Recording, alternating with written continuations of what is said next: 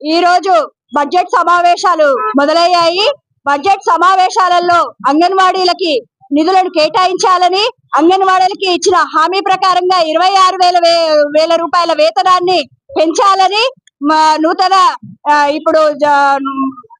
ఉందో దాన్ని వెంటనే అమలు చేయాలని, ప్రీ ప్రైమరీ విద్యను అంగన్వాడీలకే కేటాయించాలని, వేసవి సెలవులను కూడా కేటాయించాలని, వారికి నెల రోజుల పాటు మే నెల మొత్తము సెలవులను ఇవ్వాలని వివిధ డిమాండ్ల మీద అంగన్వాడీలని ఈ రోజు రోడ్డుకి ఈడ్చిన రేవంత్ రెడ్డి ప్రభుత్వము అంగన్వాడీలను గుర్తించి మా యొక్క సమస్యలని పరిష్కారం చేయాలని, అక్రమంగా మేము నిన్ననే అసెంబ్లీ సమావేశం దగ్గర ఇందిరా పార్క్ దగ్గర ధర్నాకి హాజరవుతూ ఉంటే మా నాయకులని అక్రమంగా అరెస్ట్ చేశారు. వాళ్ళందరినీ వెంటనే విడుదల చేసి మా యొక్క డిమాండ్లను వెంటనే నెరవేర్చే వరకు మా యొక్క